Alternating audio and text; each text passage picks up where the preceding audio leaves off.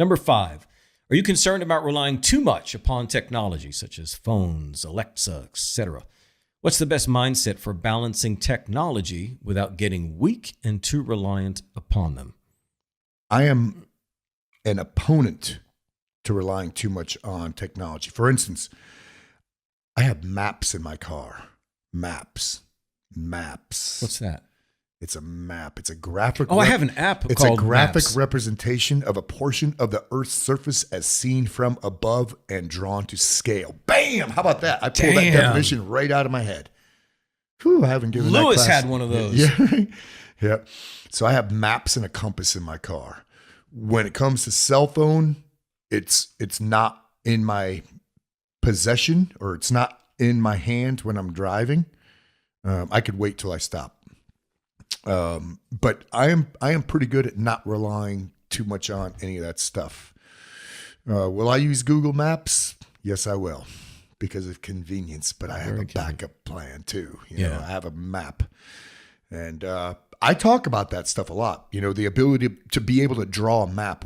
All of us used to do it decades ago. You know, hey, how do I get from here to there? And you draw a guy a map on a piece of paper. That almost doesn't exist anymore. You can say, well, just plug in your GPS, this address. Squad, one of the squad members suggested, based on a basic dude stuff post, that I show you how to draw a strip map. There's no real hard and fast rules here, but there are some tips that I could pass on. This particular map replicates a map of the directions to a house I used to live in years ago, when we had to draw maps, when we didn't have Google Maps and such, and GPS and all that crap. So I've got my address right there, and then I've got major geographical locations. For instance, one town there, another one there, and the distances, whoop, whoop, and the designator, the road designator, and another town right there. So I've got all cardinal directions marked on here, so depending on which way they're coming from, they could get there from any one of those towns. Along with that, road names and any type of check marks that you could add in, like bridge, water tower, church, cemetery,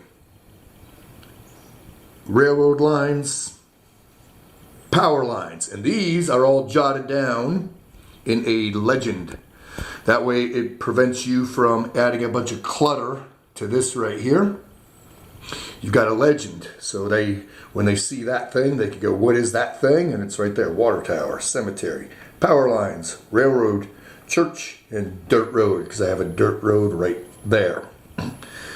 You are limited to your imagination. What else on this? Not to scale is important.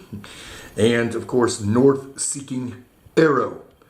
But those are the nuts and bolts of a strip map. It's always fun to see if your kids can draw a map to your residence. See how switched on they are. But anyway, hope you enjoy it. Rock and roll, squad. Out.